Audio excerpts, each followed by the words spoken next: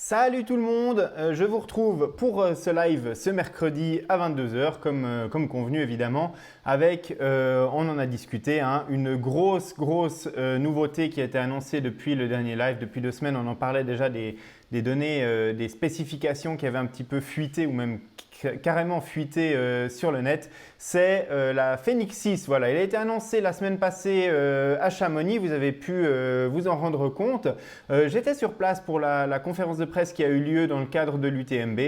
Garmin a annoncé donc en Europe, c'est une des premières fois, son produit phare, sa Phénix 6, donc qui vient succéder à la Phénix 5 Plus. Probablement que vous avez déjà lu toutes les spécifications et toutes les caractéristiques, toutes les nouveautés et toutes les choses qui sont arrivées. Maintenant, ça fait pas loin d'une semaine que j'utilise cette Phénix 6. Moi, ce que je vous propose, c'est qu'on discute un petit peu des choses qui vous intéressent de voir dans le test de fond en comble que j'ai déjà commencé évidemment, mais qui est en train de se construire au fur et à mesure des expériences que je réalise avec cette montre au cours de mes entraînements. Je n'ai pas encore tous les éléments qui me permettent de la tester, dans le sens où, par exemple, Connect IQ, c'est encore très limité sur la Phénix 6. On a peu de programmes, peu d'extensions qu'on peut mettre, et en l'occurrence, j'ai un problème avec le Stride que je ne peux toujours pas utiliser sur ma Phénix 6 parce que le programme n'est toujours pas disponible. Enfin voilà, il y a des petits trucs qui font que pour l'instant, c'est compliqué de tester cette Phénix 6 de manière complète, mais bien évidemment que tout ce que je peux, eh bien, je teste. Et puis, j'ai déjà des données qui sont arrivées, qui sont accumulées sur cette Phénix 6. Donc, je vous proposais de partager vos questions, etc. Avant d'aborder peut-être les questions, on va rapidement voir deux choses. La première, c'est que vous avez été nombreux à me demander si les Edge 530 et 830 seraient testés sur le site. Voilà la réponse. Donc, enfin, Garmin a réussi à m'en fournir deux. Donc, j'ai le 530 et le 830. Ils seront en test dès demain sur le site. Enfin, le test sera publié d'ici quelques semaines, mais je vais commencer les tests. Et donc, vous les retrouverez également sur les réseaux sociaux, dans des vidéos YouTube, etc. Dès demain, je vais faire le déballage, faire les photos de déballage, les mettre en charge, faire la configuration initiale ce soir, juste après ce live. Et puis, on va pouvoir commencer les tests juste après. Donc, ça, c'est la première chose par rapport aux questions qu'on m'a posées sur les réseaux il y a depuis quelques temps, en fait, depuis qu'ils ont été annoncés. C'est toujours un peu compliqué d'obtenir les choses en test. Des fois, c'est plus rapide, des fois pas. Vous voyez que la Phénix 6, je l'ai eu tout de suite pour le test. Donc ça, c'est un côté positif. Les Edge, je les ai attendus presque 2 mois et demi. Voilà, c'est la vie. Ensuite, autre chose que je voulais partager avec vous ce soir, parce que j'ai commencé, je vous l'ai dit, à accumuler des données avec la Phénix 6 que j'utilise maintenant quotidiennement à l'entraînement. Et puis, vous avez été très nombreux à me poser des questions sur la précision du cardio optique. Vous avez été nombreux aussi à me demander le GPS, la puce de Sony, est-ce que Garmin a enfin trouvé une solution pour le rendre efficace? Moi, je vous propose que plutôt que d'en discuter, alors, est-ce que j'arrive à mettre ça facilement là-dedans? Normalement, ça devrait être le cas. Voilà, ça c'est parfait. Donc, plutôt que d'en discuter, moi je vous propose d'analyser directement les traces comparatives GPS, cardio, etc. Donc, on va commencer tout de suite avec le vif du sujet, avec une séance de natation en eau libre que j'ai réalisée ce soir. Et donc, j'ai pris les 3 générations de Phénix qui se sont suivies. En fait, ce n'était pas vraiment volontaire, mais voilà, c'est comme ça que ça s'est passé. Une Phénix 5S, donc Phénix 5 sur la bouée qui me suit en natation. Ensuite, j'ai mis la Phénix 5 Plus et la Phénix 6 à mes poignets. Et puis, voilà les traces GPS qui ont été enregistrées. Donc, sur la bouée, la trace en bleu de la Phénix 5. Donc, on voit ici le parcours que j'ai vraiment effectué dans le profil de course à pied de la Phénix 5 S. En bleu, donc vraiment une mesure GPS extrêmement précise, on peut l'imaginer, elle est sur la bouée, elle est face au ciel, donc la ceinture, enfin la montre doit mesurer de manière extrêmement précise la sortie. D'ailleurs, on voit sur la courbe bleue, si j'approche un petit peu, on voit toutes les petites nuances de virage, de là où je suis passé, des mouvements même de la bouée qu'il y a eu derrière. Ensuite, on voit en vert la trace de la Phénix 6, donc celle qui nous intéresse ce soir, celle que je testais en particulier. On voit que la trace trace verte suit de manière quasiment exacte, hein, hormis sur la zone de départ de ma natation ici, où il y a un petit glitch. Mais c'est probablement que je suis resté longtemps avec les bras sous l'eau en attendant qu'on parte nager, je n'étais pas tout seul. Et donc là, on voit qu'il y a un petit glitch. Mais sinon, tout le reste du parcours, si on suit le parcours GPS de cette trace verte, eh bien on voit qu'on a une précision qui est très très bonne, hein, parce qu'on est très très proche. Ici, sur l'angle, à la bouée ici, il y avait peut-être un petit raté, mais franchement, pas grand chose de dramatique. C'est des traces comme ça que j'aime voir en eau libre sur des montres GPS parce que voilà, ça prouve que ça fonctionne.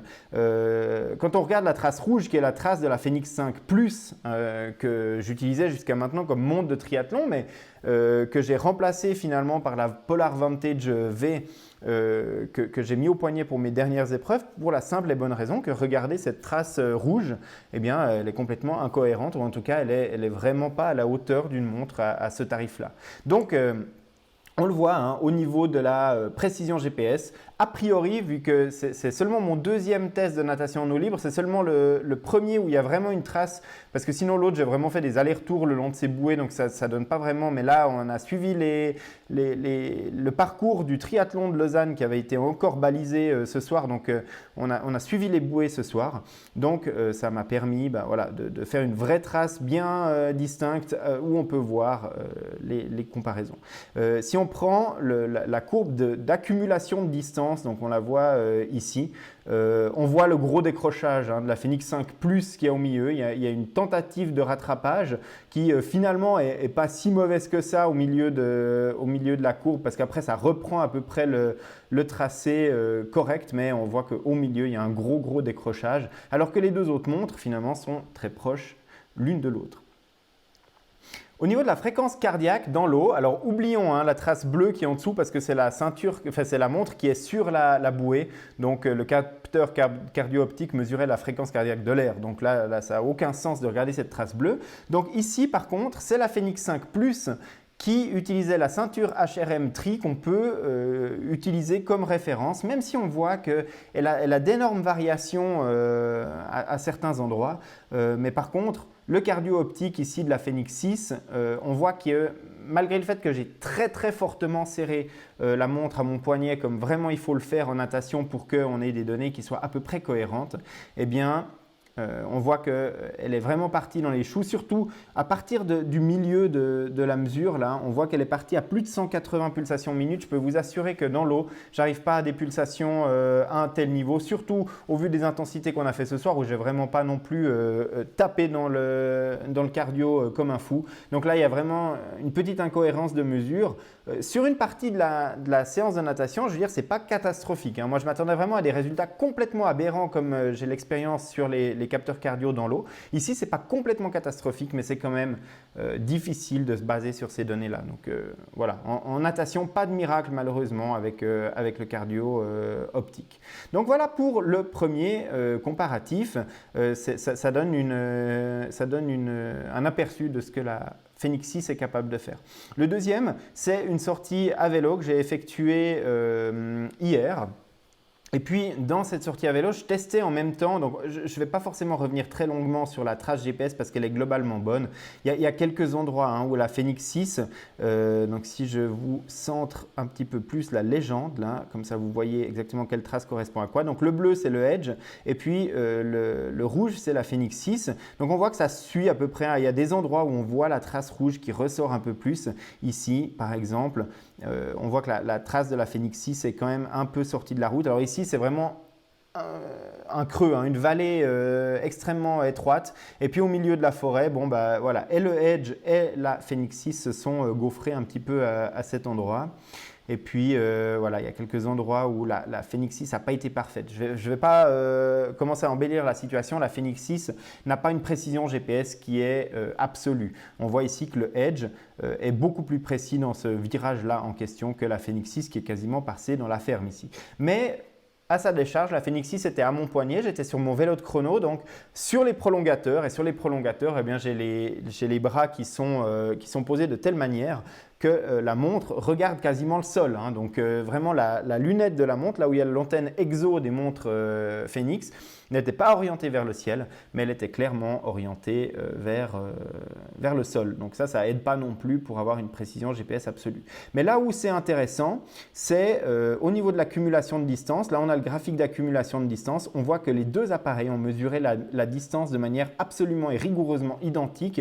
Donc au niveau de la distance finale, j'ai pas vraiment de souci à me faire au niveau de la mesure.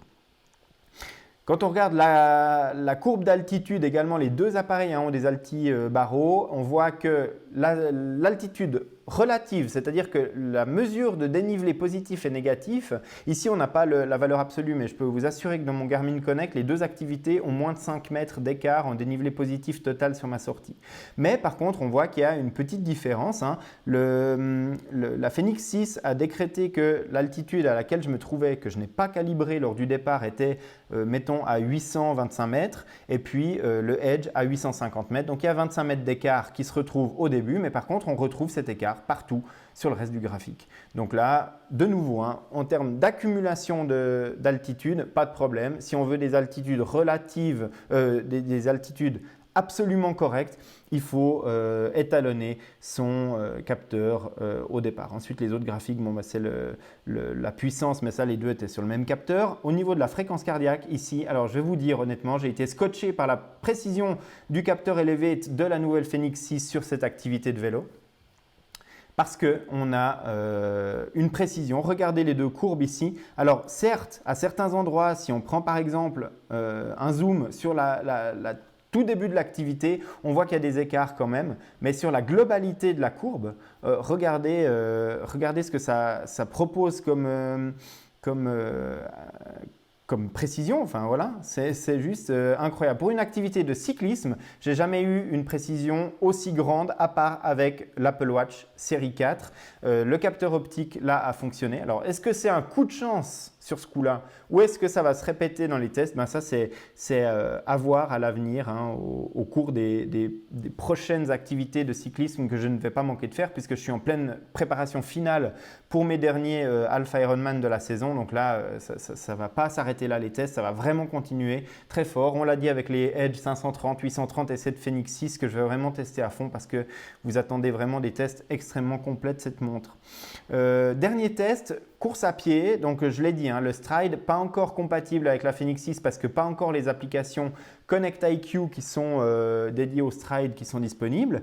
Au niveau de la précision GPS, donc là de nouveau, hein, on n'est pas sur une précision qui est incroyable par rapport à la Fenix 6 qui est la courbe ici en vert, même si alors l'endroit où je zoome en l'occurrence elle me fait mentir, mais par contre ici on voit sur le virage que par exemple la Fenix 5 Plus a été plus correcte.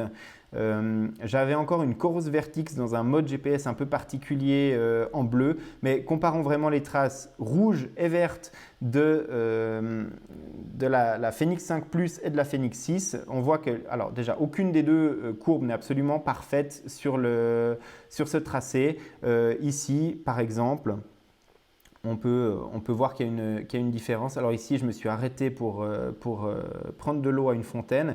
Mais voilà, ici, sur la partie du haut, c'est plus la Fenix 5 Plus qui était en difficulté. Et puis, à d'autres endroits, comme par exemple dans ce virage, bah, les deux courbes se tiennent. On voit que les trois montres ont légèrement dévié du chemin. Après, est-ce que l'alignement GPS des cartes est vraiment parfait? Voilà, on peut se poser la question. On voit pas une trace parfaite, mais bah voilà, pas dramatique non plus, hein, au niveau de la performance GPS de la Fenix 6. Donc voilà un petit peu les comparatifs que je peux vous proposer. Au niveau de l'accumulation de distance, donc là la référence absolue c'est la courbe rouge qui est celle qui a été mesurée par la Fenix 5 Plus et donc le capteur Stride. Donc là, on voit que les trois montres sont relativement proches, mais la Fenix 6 est plus proche de la Coros Vertix que du Stride en dessus. La différence à la fin, hein, si on regarde l'échelle du graphique sur 9 km, on a peut-être 100 mètres d'écart entre les deux. Donc voilà, De nouveau, pas grand-chose de dramatique. Si on veut des précisions absolument précises en termes de mesure, de distance, d'allure, de vitesse en course à pied, je vous encourage vraiment à utiliser un Footpod. Le Stride est vraiment la référence du marché à ce niveau-là. Au niveau des courbes d'altitude, on retrouve ici les courbes en vert et en rouge des Fenix 6 et Fenix 5 Plus. Donc là, on voit que ça colle parfaitement. Il y a un écart de 2 mètres peut-être à l'arrivée. Mais franchement, voilà, rien à redire au niveau de la précision de l'altitude. On voit que la Coros Vertix, elle, est partie beaucoup plus haut en altitude absolue. Par contre, elle a suivi le même dénivelé. On le voit avec une définition de la courbe qui est un tout petit peu plus en escalier parce que l'échantillonnement était un peu moins bon au niveau de la mesure. Et puis au niveau du capteur cardio-optique, donc voilà, de nouveau la Fenix 6, capteur cardio-optique au poignet, bien serré, mais enfin voilà, convenablement pour une mesure de cardio-optique. Et voilà, on n'est pas absolument précis, hein, la courbe de la Fenix 6 Pro que j'ai utilisé est en vert.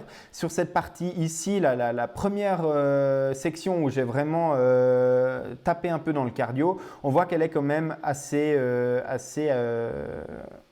en dessous hein, des performances de la ceinture. Par contre, sur la dernière répétition, à 1200 mètres un peu à bloc, ici, on voit que la courbe verte de la Fenix a très très bien suivi la courbe rouge de la ceinture. Ce n'est pas du 100%, mais ce n'est pas entièrement acheté, comme on a pu le voir avec des capteurs, en tout cas comme j'ai pu le voir, j'ai pu le constater moi-même sur des capteurs cardio-optiques par le passé. Donc voilà un petit peu ce que je pouvais vous dire par rapport au comparatif de précision. Hein. Vous m'avez demandé, vous avez été nombreux à me poser des questions là-dessus. Donc voilà ce que je pouvais vous dire par rapport à ça. Voilà. Je vais essayer de retrouver une image maintenant sur… je crois que j'ai perdu ma caméra. Donc un peu comme le dernier live. Hein, j'ai perdu ma caméra. Donc je vais passer sur la webcam de mon ordinateur portable. Voilà. Donc c'est un peu moins confortable. Il faudra vraiment que je trouve un moyen de faire fonctionner mieux cette caméra que j'ai connectée à mon ordinateur. Mais enfin bref, ça c'est du détail technique. Donc voilà ce que je pouvais vous dire par rapport au comparatif de traces de cette Fenix 6 que j'ai réalisé jusqu'à maintenant. Alors j'ai fait plus d'entraînement avec que ces 3 séances, mais par contre c'est vraiment celle sur laquelle on arrive vraiment à se rendre compte des performances parce que je les ai faites dans des conditions telles qu'on puisse vraiment comparer les choses de manière objective. Voilà. Donc maintenant, je vous propose, voilà, si vous avez des questions par rapport à cette Fenix 6, de passer les 20 minutes de ce live qui restent à répondre aux questions. Donc je vais les prendre parce que je vois qu'il y en a déjà un certain nombre qui attendent dans la file de discussion. Alors, je vais prendre les questions qui sont posées. Je viens d'acheter la Fenix 6, mais le capteur cardio me déçoit fortement. Comment expliquer qu'il ne mesure presque jamais ma fréquence, serait-il défaillant? C'est toujours un petit peu une question récurrente, la précision des cardio-optiques. Alors, je viens de dire que moi, je le trouvais plus précis que les générations précédentes de montres et même plus précis que celui de la 945 que j'ai pourtant testé il n'y a pas longtemps et qui est relativement proche hein, au niveau matériel et logiciel de celui de la Fenix 6. Maintenant, est-ce que ça va réagir pour tout le monde pareil? Clairement, non. Est-ce que le résultat sera pareil si je le porte lors d'une activité en intensité, en endurance? Est-ce que j'ai suffisamment serré le bracelet ou pas? Est-ce que j'ai une grande quantité de poils sous le capteur cardio? Toutes ces choses font que on obtient des performances qui sont différentes. On sait que c'est chez certaines personnes, les capteurs cardio de Valencel, donc qui équipent par exemple les Suunto, fonctionnent beaucoup mieux que d'autres. Chez d'autres, ce sera le Precision Prime de chez Polar qui va marcher, et puis chez d'autres, ce sera ceux de Garmin. Après, il y en a certains chez qui il n'y a rien qui marche. Enfin voilà, c'est très dépendant aussi de l'individu. Et ça ne veut pas dire que si moi je teste un cardio et qu'il fonctionne bien, ça ne veut pas dire qu'il va marcher chez tout le monde, malheureusement. Ensuite, la Fenix 6S Pro est-elle plus ou moins épaisse que la Phoenix 5S Plus. Donc, chaque modèle de Phoenix déjà mesure la même épaisseur, c'est-à-dire que si je prends la Phoenix 6, la Phoenix 6 Pro, la Phoenix 6 Pro Saphir, tous ces modèles ont la même épaisseur. Ensuite, si je prends la Phoenix 6S, elle est plus fine que la Phoenix 5S et que la Phoenix 5S Plus. La Phoenix 6 est plus fine que la Phoenix 5 Plus et puis ainsi de suite. Donc oui, tous les boîtiers sont plus petits, enfin en tout cas plus fins. Maintenant, c'est du millimètre de différence. Par contre, en pourcentage, c'est vrai que Garmin a communiqué, je ne sais plus, presque 10% d'épaisseur en moins sur la Phoenix 6X. Oui, parce qu'elle est plus fine et puis voilà.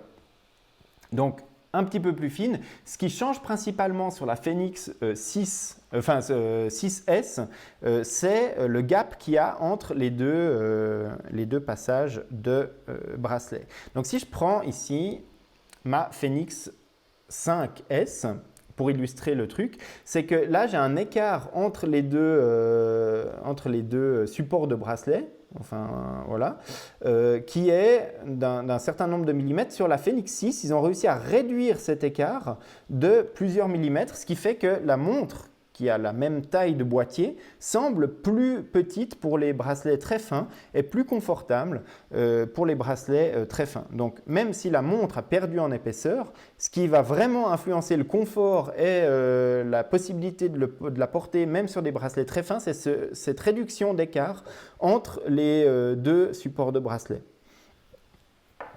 Et ça, c'est vrai aussi sur la Phoenix 6 par rapport à la Phoenix 5 Plus.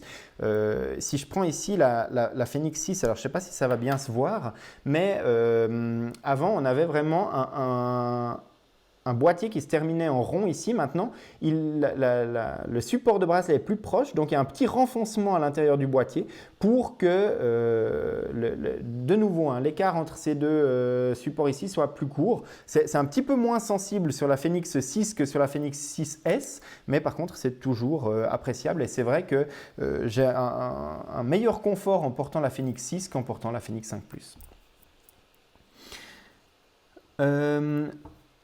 Après, est-ce qu'elle améliore l'utilisation de la batterie? Alors oui, j'ai posté une vidéo il n'y a pas longtemps sur la chaîne YouTube qui explique en détail comment fonctionne la gestion d'énergie sur les Phoenix 6. Et puis en plus, évidemment, avec la puce de Sony et puis les améliorations que Garmin a faites depuis, toutes les Phoenix 6 ont gagné en autonomie, ont gagné beaucoup en autonomie par rapport à la série Phoenix 5 Plus.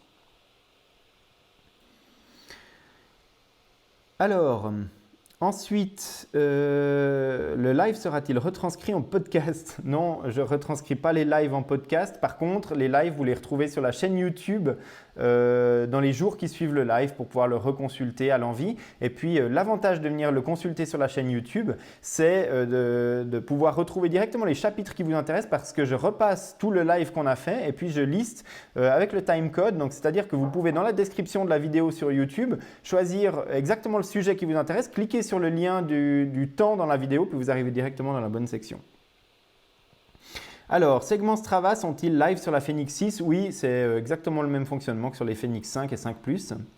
Ensuite, on me dit qu'elle est en rupture de stock. Alors oui, Garmin a annoncé fièrement que la Phoenix 6 était disponible chez les revendeurs dès l'annonce de la montre parce qu'ils avaient approvisionné les revendeurs. Ce qu'ils n'ont pas dit, c'est qu'ils avaient approvisionné les revendeurs quasiment qu'avec les modèles haut de gamme, c'est-à-dire qu'on retrouvait les 6X Pro, on retrouvait la 5 Saphir, mais par contre, on ne retrouvait pas les modèles d'entrée de gamme base et puis les modèles Pro avec verre minéral et pas avec le verre, avec le verre en Gorilla Glass et pas avec le verre Saphir. Donc voilà, ils ont un petit peu approvisionné avec les modèles haut de gamme pour les premières versions et avec des stocks qui sont relativement limités. On sait que la Phoenix 6X Pro Solar est difficile à trouver parce qu'ils n'en avaient que quelques exemplaires qui étaient chez les revendeurs et encore chez certains revendeurs sélectionnés seulement. Ensuite, quelles sont les différences entre Phoenix 6 et Phoenix 6 Pro? Alors, les deux grosses différences qu'il y a, alors c'est la carto et la musique. Par contre, il y a d'autres petites différences. Vous trouvez toutes les différences dans un tableau sur le site nakan.ch dans l'article de lancement de la Phoenix 6. Vous trouvez tous les détails dans ce tableau avec l'autonomie. Donc l'autonomie ne change pas entre un modèle Pro et un modèle base, mais par contre, va changer entre la 5S, la 6S, la 6 et puis la 6X.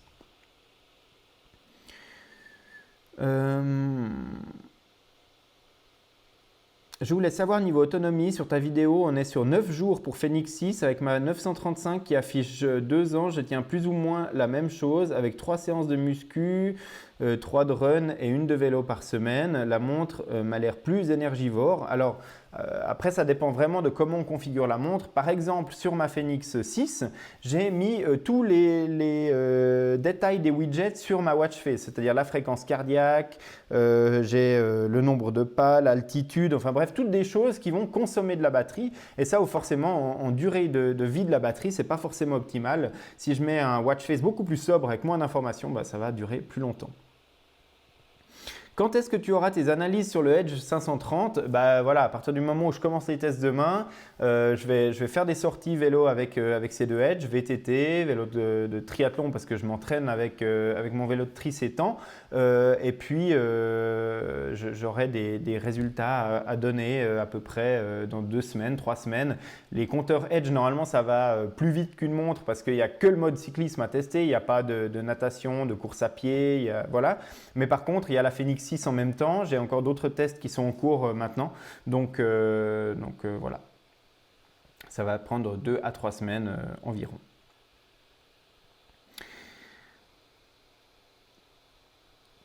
Quelle différence entre la Phoenix 6X Saphir et la Phoenix 6X Pro? Bon, les différences, je vous l'ai dit, hein, il y a tout sur l'article sur nakan.ch. On en a parlé des différences. Donc voilà, il y a vraiment le gros différenciateur dans la Phoenix 6X, c'est la Solar qui a un écran avec un capteur photovoltaïque dans les sous-couches de l'écran, donc qui permettent de recharger en partie la batterie de la montre. Alors, ce n'est pas vraiment recharger la batterie de la montre, c'est qu'on utilise l'énergie solaire au lieu de taper dans la batterie parce que jamais l'énergie solaire, a priori, ne va recharger la batterie parce que ce serait une catastrophe en termes de durée de vie de la batterie de la montre.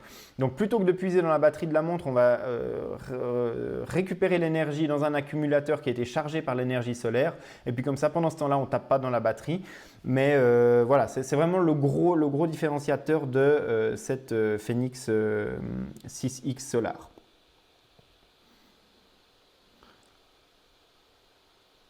Ensuite, je suis étonné que la Phoenix 5 soit plus chère que la Phoenix 6 standard. Comment expliquer cela? Alors non, je ne pense pas que… la Phoenix 5 Plus, bah, on l'a dit, la Phoenix 5 Plus, elle a été lancée au prix de la Phoenix 6 Pro. Donc effectivement, il n'y avait pas de Phoenix 5 Plus normal.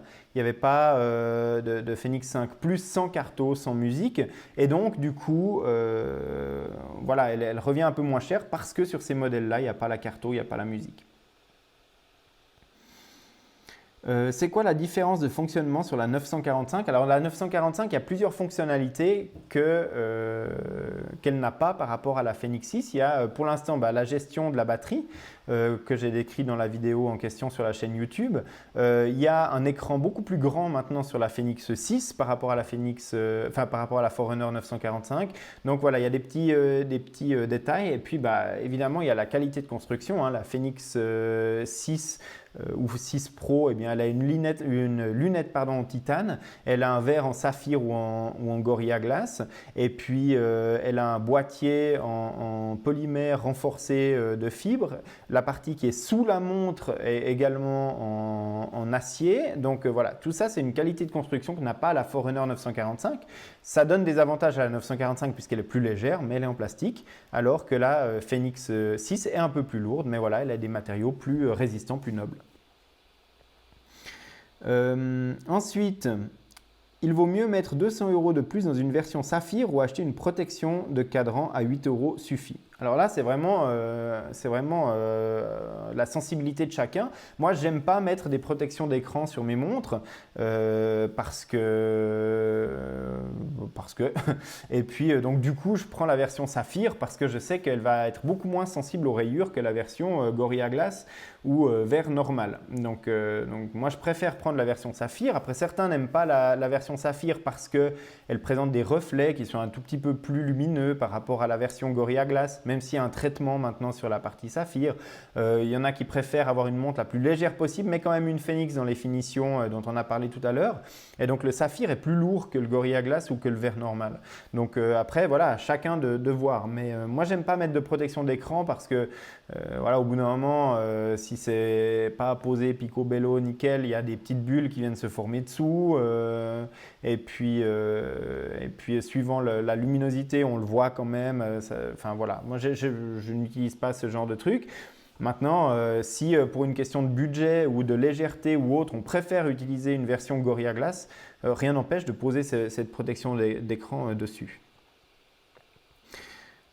Donc voilà un petit peu pour les questions qu'on me pose régulièrement par rapport à cette Fenix 6. Donc l'autonomie, on revient souvent dessus, hein, l'autonomie a vraiment été grandement améliorée. C'était déjà le cas sur la 945. C'est grâce à la puce de Sony en GPS que ça va économiser de l'énergie. On peut imaginer aussi que maintenant la technologie des batteries évolue un petit peu, même si ce n'est pas flagrant. Garmin peut tous les ans ou tous les 2 ans trouver des batteries qui sont plus performantes, donc qui dans le même espace, dans la même densité, arrivent à stocker plus d'énergie. Donc voilà, ça permet de faire durer encore la montre un peu plus longtemps. Et puis, il y a ces nouveaux profils de gestion d'énergie qui permettent aussi d'optimiser un petit peu l'utilisation de la montre et puis de la tirer plus longtemps. On sait qu'en mode expédition, donc avec un point GPS manuel ou alors toutes les heures ou toutes les demi-heures, on peut tirer une Fenix 6 normale jusqu'à 50 jours d'autonomie en mode expédition. Donc voilà, ça c'est assez intéressant en termes d'autonomie. Alors, Fenix 3 contre Fenix 6, y a-t-il vraiment de grosses différences d'infos, cartes au niveau GPS, etc.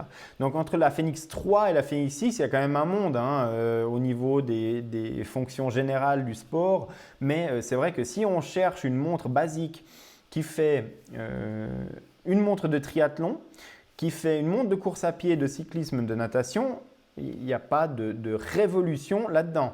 Les principales révolutions qu'il y a eu entre-temps, c'est la carto, c'est la musique, c'est des métriques physiologiques, des mesures fournies par Firstbeat dans les widgets qui permettent de quantifier le volume d'entraînement, de quantifier la durée de récupération, etc., qui vont faire la différence entre la Fenix 3, la Fenix 5, la Fenix 5 Plus, la Fenix 6. Mais voilà, au niveau des informations que j'ai sous les yeux pendant une sortie vélo ou une sortie de course à pied, hormis la carte, il n'y a pas grand-chose de plus. Maintenant, c'est vrai que moi, j'aime bien courir en musique. J'aime pas non plus emmener mon smartphone avec moi à chaque fois. Et courir en musique avec une Garmin, c'est quand même cool parce qu'on n'a rien à emmener de plus que son casque Bluetooth et sa montre et puis on peut profiter de la musique. La carto, je ne vais pas dire que je l'utilise sur une base quotidienne ou même régulière, mais par contre, elle m'a souvent, dans des situations un petit peu délicates, été utile, par exemple en voyage ou par exemple quand je me suis perdu sur des routes avec mon Edge 520 qui n'avait pas les cartes de la région, ben voilà, j'ai pu retrouver mon chemin grâce à la carte tour qu'il y avait sur la Fenix 5 Plus que j'utilisais à l'époque et ça m'est arrivé notamment à Majorque. Donc ça c'est vraiment quelque chose qui est un plus pour moi, c'est pas quelque chose de vital ou que j'utilise tous les jours, mais c'est quand même clairement un plus. On me demande si la Fenix 6 peut se recharger en courant. C'était déjà le cas avec les modèles précédents, donc Fenix 3, Fenix 5, Fenix 5 Plus et Fenix 6 se rechargent en courant. Maintenant, vous savez tous comment est le connecteur dessous la Fenix 6 et puis le câble. Donc, il n'y a pas 36 000 solutions pour recharger la montre en courant. Il faut l'enlever du poignet et puis la connecter à une batterie externe pour effectuer la recharge. Donc, dans un sac à dos de trail, un Camelback ou autre, autres, il n'y a aucun problème pour le faire. Au poignet, c'est un peu plus compliqué, voire même avec les câbles fournis par Garmin, ce n'est pas tellement possible. Et il y a encore une chose par rapport à la recharge en courant, c'est qu'il faut basculer le mode USB de MTP ou de stockage de masse vers le mode Garmin pour être sûr que la montre ne va pas s'interrompre pour la connexion à l'ordinateur pendant qu'on branche le câble USB. Ensuite, Fenix 6S Pro vs Polar Vantage V. Chacune a ses forces et ses faiblesses. Maintenant, en termes de niveau fonctionnel, c'est clair que la Fenix 6, elle surclasse tout ce qu'il y a sur le marché, hein, pas seulement la Polar Vantage V, mais tout ce qui se fait chez Suunto, chez Polar, chez Coros, enfin partout. Il n'y a aucune marque qui a un niveau fonctionnel aussi élevé que la Fenix 5 Plus, donc personne qui a le niveau fonctionnel de la Fenix 6. Maintenant, Fenix 6S Pro ou Polar Vantage V, ça dépendra de l'usage hein, qu'on attend de sa montre. Et puis, quels sont les critères essentiels qu'on veut. Si on veut une montre super légère, fine, et puis sur laquelle on ne rippe pas quand on enlève la combi, je dirais Polar Vantage V. Pour de la carto, il n'y a pas de miracle, ce sera la Fenix 6S Pro. Alors après, il y a des questions qui viennent en réponse à ça. Que dire du nouvel écran, taille, résolution, luminosité ? Question de Seb qui est très intéressante parce que c'est vrai qu'on critiquait tout le temps ces écrans de Fenix par le passé à cause de la grosse marge qu'il y a autour, hein, de cette grosse bande noire qu'il y a autour du boîtier qui est particulièrement moche et puis sur lequel il n'y a rien qui s'affiche, donc on a l'impression que c'est de l'espace de perdu. Alors là, Garmin a vraiment fait un gros effort en agrandissant de manière massive, et c'est vraiment à l'usage quand on utilise la montre au quotidien, c'est vraiment, on le constate et puis c'est vraiment appréciable. Cet écran, il fait quasiment le tour de la lunette, il n'y a plus que 2 ou 3 mm de marge autour de l'écran de la montre, mais c'est quelques millimètres de plus, mais je peux vous assurer qu'à l'utilisation quotidienne, ça fait la différence. Sur la Fenix 6, on a la même taille d'écran, quasiment plus grand même que ce qu'il y avait sur la Fenix 5X Plus. Et puis sur la Fenix 6S, on aura la même taille d'écran que sur la Fenix 5 Plus. Donc, ça fait vraiment quasiment un modèle d'écart en termes d'affichage pour un volume de montre qui reste le même. Au niveau de la luminosité et de la lisibilité, c'est toujours un écran translectif avec donc pas un écran OLED, donc il n'est pas rétroéclairé. Ce n'est pas un écran comme par exemple l'écran de l'Apple Watch. Donc on a l'avantage du fait qu'il n'y a pas besoin de le rétroéclairer quand on est en plein soleil, donc on économise de l'énergie. Il reste très lisible en mode avec peu de luminosité, et puis on peut toujours lui adjoindre le rétroéclairage par les options de rétroéclairage, entre 10 et 100% de rétroéclairage en fonction de la luminosité dont on a besoin pour les entraînements dans des milieux plus obscurs.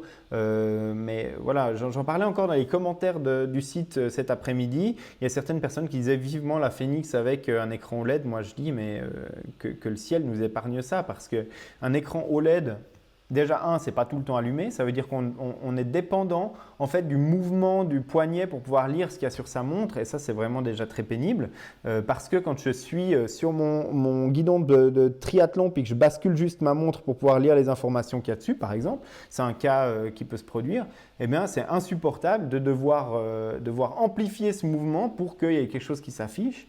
Et donc moi je veux un écran qui soit tout le temps allumé, et je pense que Garmin a clairement raison de mettre ces écrans de type là sur ses montres. Polar a fait l'expérience avec la Polar Ignite de mettre un écran de type OLED sur une montre connectée de sport, mais voilà, tout de suite la catégorisation de la montre change. C'est plus vraiment une montre orientée sport performance, mais c'est plus une montre qui devient une montre connectée de sport, et voilà.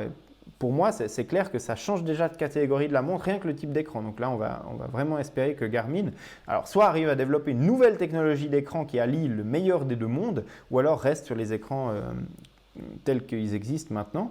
Et puis, c'est vrai que sur la Fenix 6, on a un écran couleur, non tactile, mais qui est quand même extrêmement contrasté, extrêmement lisible, même s'il y a le soleil qui ne tape pas forcément directement dessus. Moi, je trouve qu'il y a un contraste qui approche.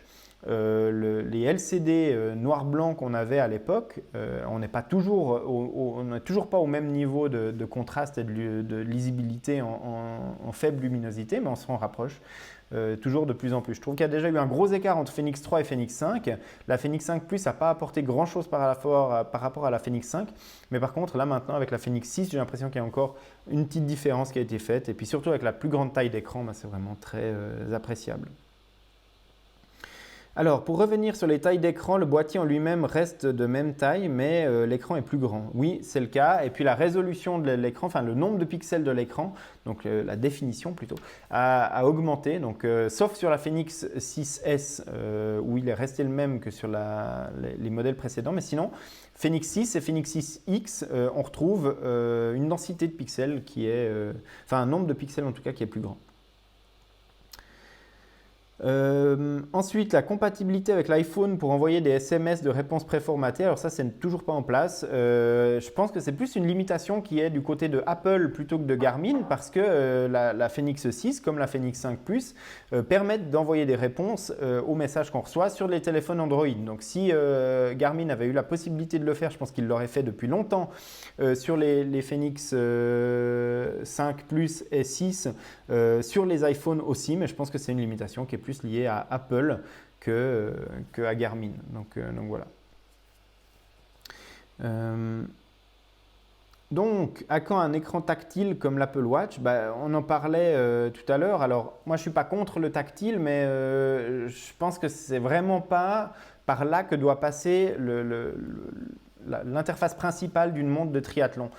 Il y a plusieurs problèmes. Le premier problème, c'est l'eau.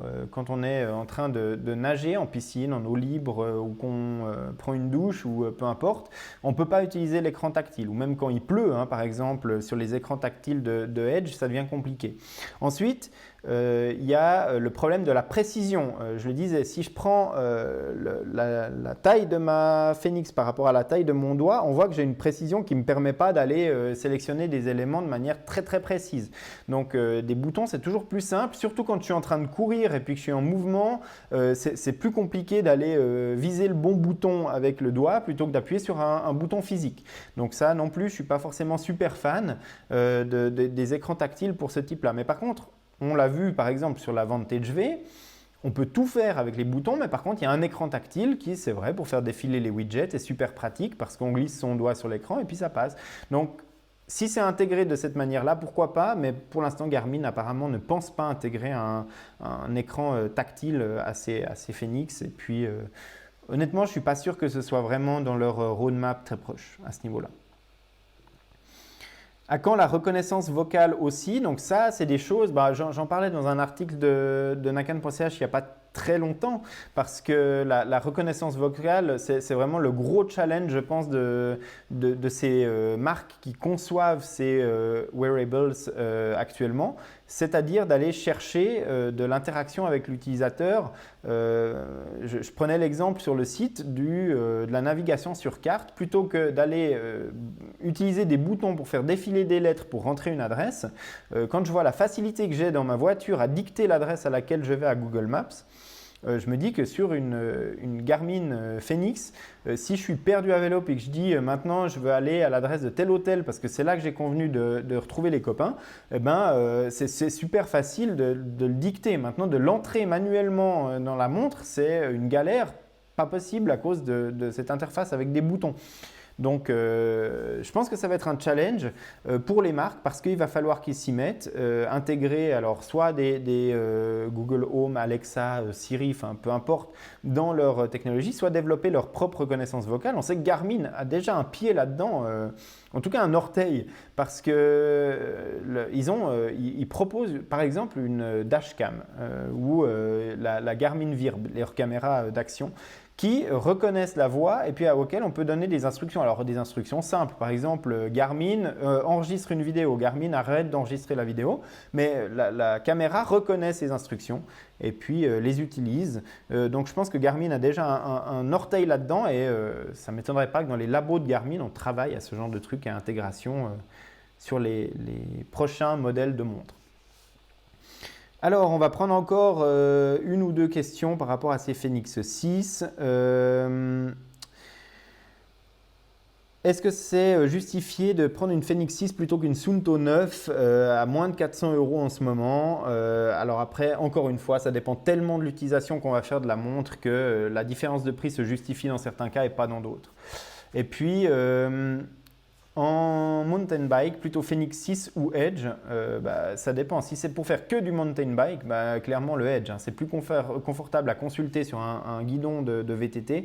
Ça, je peux vous assurer, pour avoir fait pas mal de VTT cet été, qu'aller consulter soit les données sur sa montre pendant qu'on est en train de faire une descente technique ou alors d'éviter des racines, c'est pas évident. Et même si on la place sur le guidon, les chiffres deviennent tout petit, hein, quand on est vraiment sur son vélo comme ça, puis qu'on regarde au loin sa montre, si on a plus que 3 champs de données par page, ça devient très compliqué à lire. Donc vraiment, clairement, si c'est que pour du VTT, très clairement le compteur Edge. Et puis si c'est pour une utilisation de temps en temps sur le VTT, mais beaucoup de courses à pied, de la natation, etc., sans hésiter, la Phoenix 6. Donc voilà, je vous remercie d'avoir participé à ce live encore une fois, c'était un vrai plaisir. Je vais vraiment essayer de faire en sorte que la technique tienne mieux le coup les prochaines fois, mais je crois que l'essentiel était, voilà, j'ai partagé avec vous ces comparatifs de précision cardio-optique, ces comparatifs de précision GPS. On résume, donc le cardio-optique est un petit peu meilleur à mon sens que les générations précédentes, mais c'est toujours pas la précision absolue. Donc si je peux vous donner une recommandation pour le cardio, c'est utiliser une ceinture ou au mieux, si vous ne supportez pas les ceintures, un brassard cardio-optique. Le Polar Wash 1 est absolument génial, je l'utilise au quotidien. Sinon, il y a le Scotch Rhythm 24, il y a le Ticker Fit de Wahoo. Donc, il y a vraiment du choix dans ce domaine. Tout ça, c'est compatible avec quasiment toutes les montres du marché maintenant parce que toutes supportent End+ et Bluetooth. Et puis pour la question du GPS, donc on l'a vu, la puce de Sony sur les nouvelles Phoenix 6 permet une précision qui n'est pas top. Garmin n'était pas non plus le leader du marché à ce niveau-là, mais voilà, ça s'améliore en tout cas pas. Ce n'est pas forcément beaucoup pire qu'avant, mais voilà, ce n'est pas dramatique, mais ce n'est pas une précision absolue. Donc, conseil, si vous faites de la course à pied, que vous voulez vous baser vraiment sur l'allure instantanée, vous regardez la montre, voilà, je suis à la bonne allure, etc. Surtout, ne vous fiez pas aux données GPS, mais ça, ce n'est pas valable que pour la Phoenix 6 ou d'autres montres de Garmin, mais c'est valable pour toutes les montres GPS du marché. Utilisez un FootPod, un capteur de foulée, donc il y en a chez Garmin, il y en a chez Suunto, il y en a chez Polar, et puis surtout, il y a le Stride. Alors, je n'ai pas d'action chez Stride, je ne suis pas sponsorisé par Stride. Depuis que je l'ai découvert, ce capteur, il ne quitte plus mes chaussures de course à pied, il est d'une précision diabolique au niveau de l'allure, je le vérifie régulièrement sur piste. Il est d'une précision diabolique au niveau de la mesure de la puissance, qui est une donnée géniale pour s'entraîner en course à pied. Une fois qu'on a appréhendé cette donnée, on n'a plus envie de travailler avec autre chose, ou en tout cas très peu. Et puis en plus, la nouvelle version, que je suis en train de tester aussi pour un article prochainement sur le site, prend en compte la force du vent qui nous vient contre. Et donc, quand ça souffle contre ou qu'on a le vent dans le dos, l'information de Watt est immédiatement corrigée par rapport à ça. Et donc ça fait encore plus une différence. Donc voilà, je ne peux que recommander ce capteur. Est-ce que la différence de prix entre une Phoenix 6 Pro et puis une Phoenix 6 Pro plus Stride vaut la différence de prix? Alors là, je vous le dis à 100%. Si vous êtes coureur à pied ou triathlète, franchement à 100%. Je ne suis pas un expert en trail. Je ne saurais pas vous dire si dans ces cas particuliers, le Stride est aussi intéressant que ça. Mais par contre, pour le reste, vraiment, ça vaut super le coup d'investir dans ce capteur. Donc voilà pour ce live, j'espère que j'ai répondu le plus complètement possible aux questions que vous aviez pour cette Phoenix 6. Je sais que vous en aurez encore tout plein. Moi, je vais orienter un petit peu le test quand même pour répondre vraiment aux questions que vous avez posées dans ce live. Et puis voilà, continuez le test. Il sera le plus complet possible. Ça, je pense que vous n'aviez pas trop de doutes à ce sujet-là. Et puis, il sera en ligne d'ici 2 semaines, 3 semaines. Enfin voilà, il sera en ligne quand je l'aurai terminé. C'est-à-dire que je ne vais pas me précipiter pour le mettre en ligne. C'est quand j'aurai eu suffisamment d'accumulation de données que je vais le mettre en ligne. Peut-être qu'il sera en ligne avant mes Alpha Ironman de la fin du mois. Donc, il y aura peut-être la section triathlon qui sera à compléter parce que je ne vais pas attendre non plus 1 semaine et demie avant de le publier si c'est juste pour avoir une trace ou un compte rendu d'une utilisation en tri. Mais pour le reste, voilà. je vais le tester de fond en comble.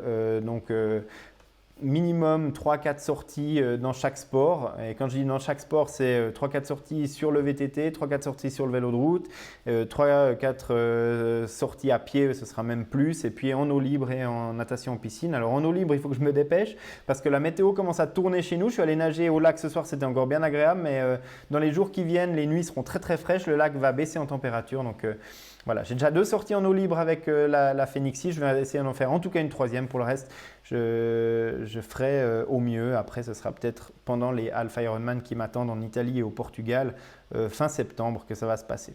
Je vous remercie en tout cas d'avoir suivi ce live. Je vous donne rendez-vous dans 2 semaines pour un prochain live. On parlera très probablement des 2 Edge qui sont arrivés en test hier dans ma boîte aux lettres. Maintenant, je vais pas aller me coucher tout de suite. Je vais encore faire quelques photos de déballage et puis les mettre en charge et les préconfigurer pour que dès demain, ils soient sur mon VTT pour une petite sortie de VTT. Et puis, vous suivez bien évidemment la chaîne YouTube, le compte Instagram sur lequel vous trouvez tous les tests quasiment au fil de l'eau, au fur et à mesure que je découvre des fonctionnalités, des trucs, que je teste des fonctions sur ces Edge, sur la Fenix 6, eh bien, je poste une petite photo ou je réalise une petite vidéo sur la chaîne YouTube ou sur le compte Instagram. Et puis, c'est en ligne. Voilà.